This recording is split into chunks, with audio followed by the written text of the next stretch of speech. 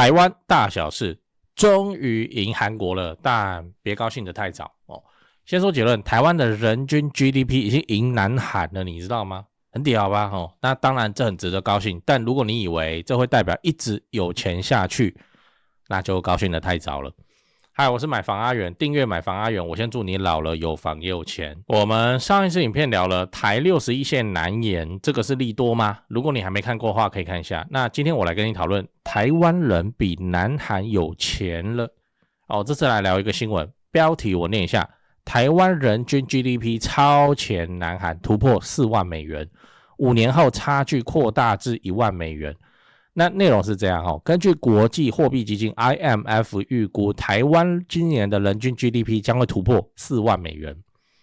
奇怪，我们现在不是还在什么3万、3万6吗？你看直接要喷过4万了，创下22年来首次超越南韩的纪录，并且可能在5年后达到5万美元哦。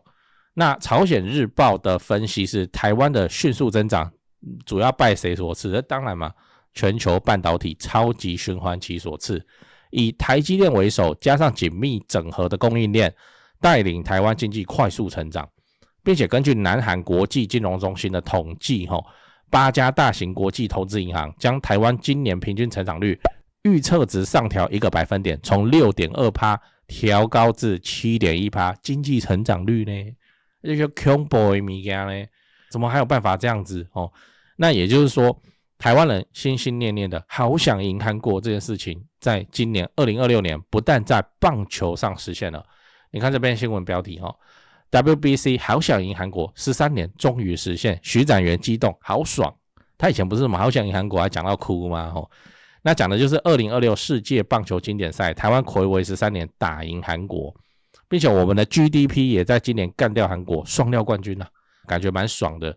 那再来你要知道韩国怎么了那我们也来讨论一下，韩国不是超强的吗？就三星韩国人从出生到入土都离不开三星，然后三星超强的面板、半导体、造船对不对？怎么现在突然就被台湾干掉了？是发生什么事情？好，其实就是2个关键字川普跟晶片，就这样，对，都跟美国有关系就对了。我先讲川普现在韩国跟美国的关系超差的呢，超级差，你知道吗？就是他们的新总统李在明。韩国还有一个神奇的传统，就是总统下台都会坐牢，你知道最近那个好像也要进去了，因为他发动那个好像政变的东西嘛。那扯回来就是他们的新总统李在明上任之后就一直在跟川普对干。例如这篇新闻你看标题就好，校正川普李在明，南韩可自主防御，不必依赖外国驻军。我跟你说，那个南韩现在部署在边境的，就面北韩的叫萨德系统萨德比爱国者高1级。我以前当兵飞弹部队，算是很老的，什么英式飞弹现在台湾都裁撤掉了。那台湾目前最强飞弹就是爱国者然后比爱国者还要高1级就是萨德。萨德台湾没有嘞，南韩有。你看美国世界警察呢你怎么敢说不要我的保护意思是你不想要缴保护费，对不对事实上也的确是你看这个新闻标题，川普图把南韩关税拉到 25%， 翁履中这是一个人翁履中美国在杀鸡儆猴台湾别再内耗。就是川普说李在明你这个很不识相你做小弟要有小弟的样子好吧，那你的韩国东西要卖进我美国 25% 关税下去当然这个没有真的实施下来，因为现在川普在国会这一关还卡着，但是就像是悬在头顶上的达摩克利斯之剑悬在南韩头上，什么时候会下来不知道。第二个关键是晶片那晶片这个你比我还懂啦，你股票做成这样对不对？人家投顾老师那个产业报告研究跟什么一样。那晶片就是Samsung拿不到 NVIDIA 的晶片订单，因为它的良率没有台积电好而且台积电只做代工，但三星什么都做，所以对于需要生产大量晶片的这些科技巨头，他们就会担心说你会不会做一做你就把我的东西都干走了或者这种商业上的考量，所以三星就很难吃到这个订单，当然就无法像台积电一样订单排到明年后年都做不完真的做不完。你看那个台积电法说会就需求太大了产能不足，产能要讲好几次。我们高雄也是受惠嘛高雄台积电。最后你要知道这个热潮跟你有什么关系，就是你不要看新闻说台湾赢南韩爽归爽，就以为说那台湾稳了，未来10年20年未来50年100年都会把南韩踩在脚底下，没这回事。这个就是我之前在直播中讲的哦。你现在看台积电很强，然后台湾超级可以说是唱秋了，这不止走路有风，这超级唱秋了，经济成长是 7% 以上哦，然后2025年是 8% 哦，很夸张呢。那令多少先进国家羡慕到爆哦，这个走路之唱秋啊。那请问这个风光能风光多久？能风光到不要讲60哦，我们讲到2050年做到吗？我现在不是唱衰台湾哦，只是每个阶段都会有每个阶段自己的强势企业。例如说2017年的大立光，你知道它有多强吗？我们现在是那个口口声声哦，开口闭口都是台积电，然后你去外面吃个饭，那你去听一下隔壁都在聊什么股票啊，股票在讲什么台积电哦，都是这样，好，就全民运动。那2017年大立光就是这样呢，你知道吗？2017年没有人在讲台积电，在讲大立光。你看这个新闻标题，光学产业行，大立光股价飙上6075元，台股新纪录。你看6075很夸张的数字哦。好，那请问现在大立光股价多少？2515。哦，你说强也是很强，没错，1000元俱乐部，但是它对比2017年叫做只剩1/3。哦，那这当然其中还有股票分割的问题，但是总之就是这个根本教都不用教，就是说股王轮流做啦，真是股王轮流做。人家讲风水轮流转那股王轮流做，没有永远的股王啊。那甚至也不要讲2017年的那个大立光，在讲更久之前，我们爸爸妈妈那个年代的股王是谁？是不是又不一样？以前叫台塑再更早叫国泰金。你看股王轮流做。好，那台积电可以强多久？这就要看 AI 的发展，这个叙事这个故事可以讲多久那现在 AI 的发展还是有办法吸引投资人的青睐。那接下来那个故事讲不动了怎么办？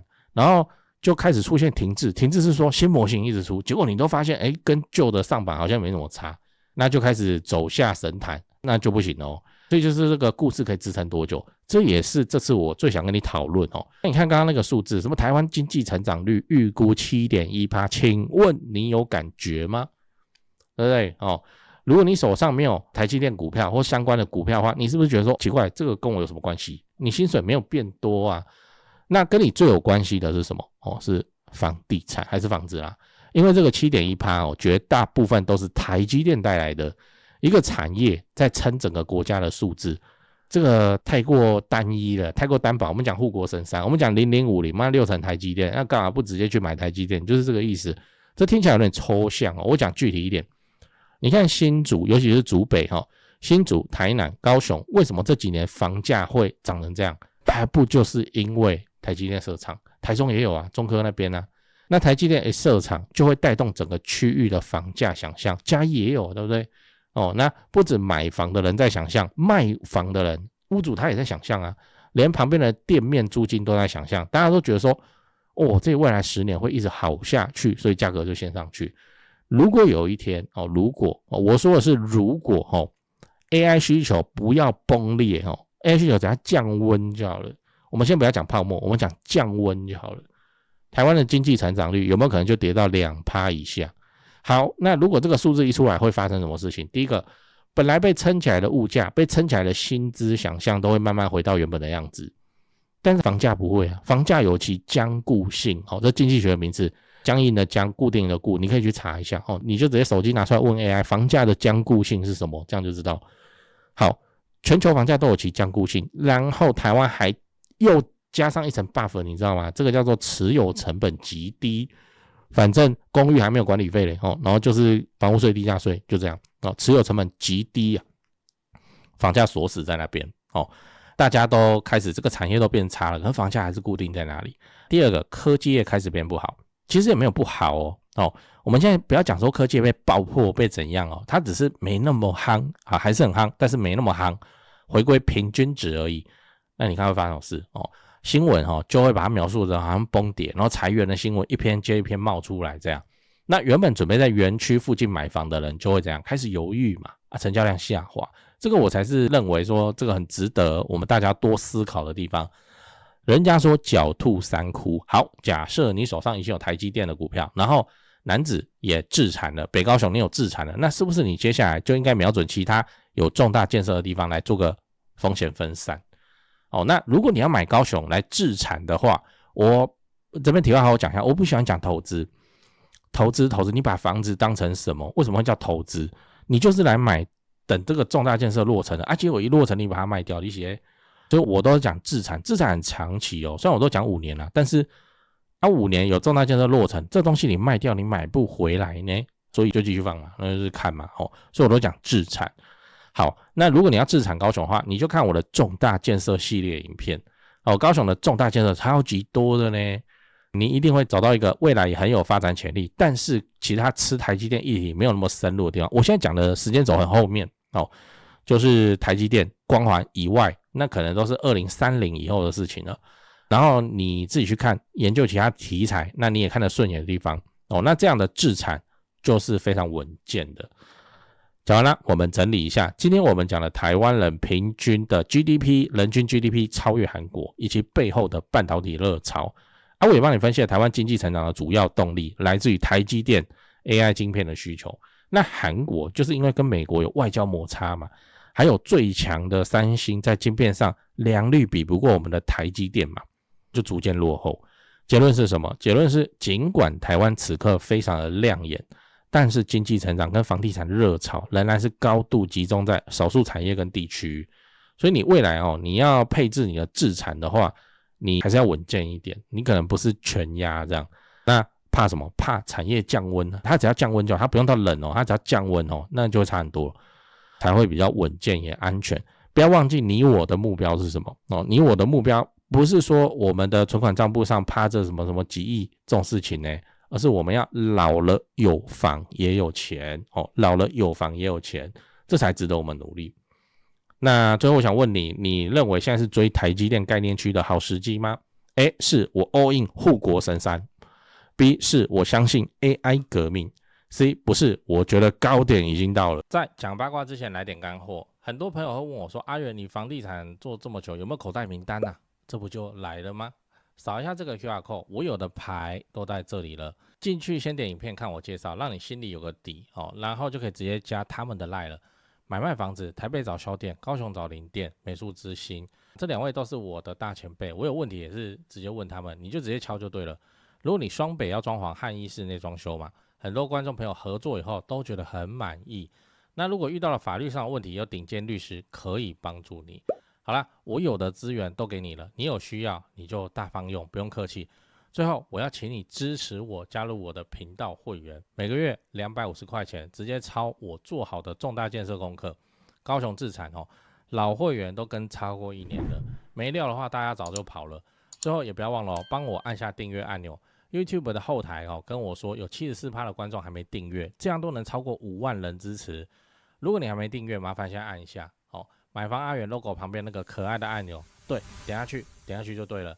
这样我离10万订阅又更近一点，拍片的动力也会暴增。按好了吗？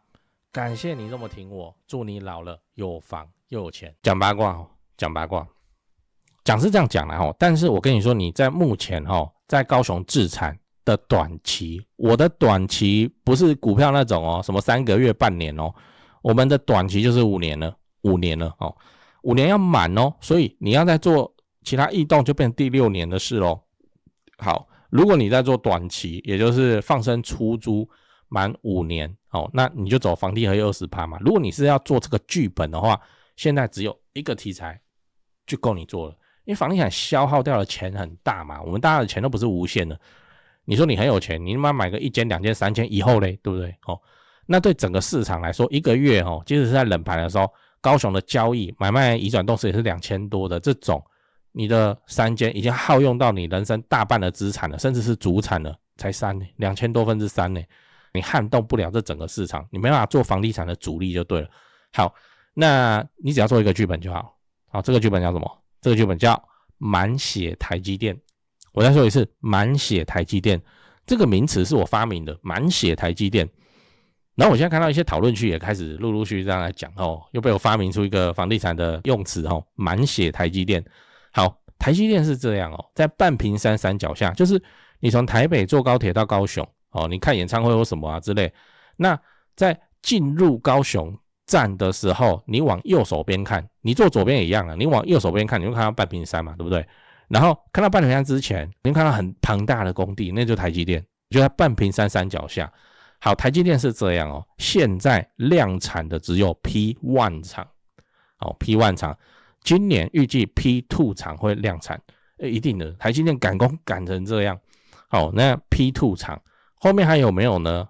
有的兄弟，有的后面还有 P3、P4、P5、P6 厂，它总共要6个厂都在半屏山山脚下，并且最晚要在2028年的 Q4 实现到 P5 厂量产。那你说，我刚刚有没有讲到 P6 啊？为什么现在说 P5 厂量产啊 ？P6 嘞？P6 不是还在送环评、送中央、送行政院而已吗？我跟你讲，超北蓝为什么？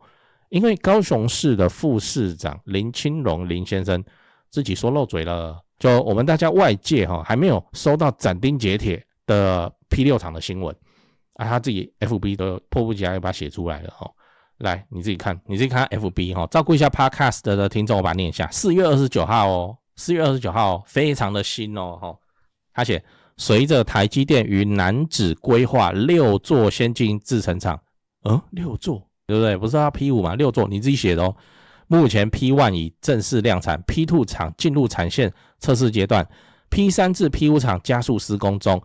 行政院并已于114年7月核定楠梓科学园区 P6 厂筹设计划。你看自己把它写出来了，依估算每座厂约需1500名工程师，6座厂全面到位后将带动约1万名半导体相关人员进驻。高雄已从过去的工业重镇正式跃升成全球半导体产业链中的关键战略据点。你看我们自己把6厂都写出来了，然后行政院都被他拉出来背书了，这东西是怪怪的，你知道？因为要有台积电第6座厂，应该要有满天满谷的新闻稿，没有现在他就是 FB 就直接写了还是那个人家香米饭，为什么是6个？来问我说，确定了你看嘛，对吧？我就说这个绿灯已经开好开满给他过的嘛，卡他卡个屁！台积电谁敢卡？所以半山山脚下会有6座厂。换言之，我们现在2026年5月的台积电叫什么？叫1/6血台积电。1/6不好想象，对不对？1/6血台积电。我换一个名词，叫残血台积电。丝血台积电，就是我们打游戏打一打，那快被怪打挂了，那个血剩一点点。现在台积电是这个样子。然后你自己看北高雄的房价就已经勃起成这样了。你不要说现在房价冷，你要不要看一下楠梓是从几万涨上来的？现在冷嘛刚好而已好，那满血台积电现在还要再6倍对不对？满血台积电，而且这个高雄市经发局自己的估算就是说台积电怎么样？它会1带8就是说母鸡带小鸡，为了服务台积电的一个工作职缺，会额外衍生出8个工作机会。这也很好理解吴成义要不要人做，要不要人洗便当要不要人煮然后那个饮料店是我自己讲了，他讲的是设备商，上下游的设备商好，那不算设备商的话，饮料店对不对？鸡蛋糕那种办公室团购下午茶的热门的东西也要有人做，也要有人开嘛，对不对？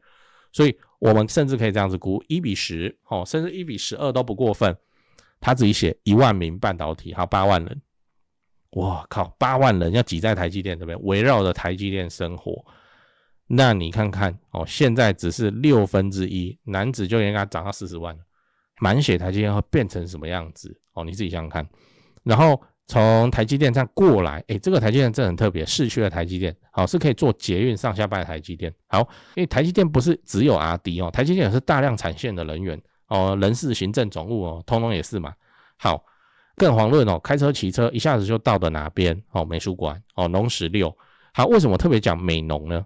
美术馆农16我们都戏称美农美农也在高雄好，是因为学区最好的学区在三民区，好像也不在美农，但是这里就热闹，只有百货公司嘛，符合台积电人妻的生活的滋润就他可以去汉神巨蛋逛，跟闺蜜喝下午茶，然后附近做高级的 SPA 美甲然后再接个小朋友放学。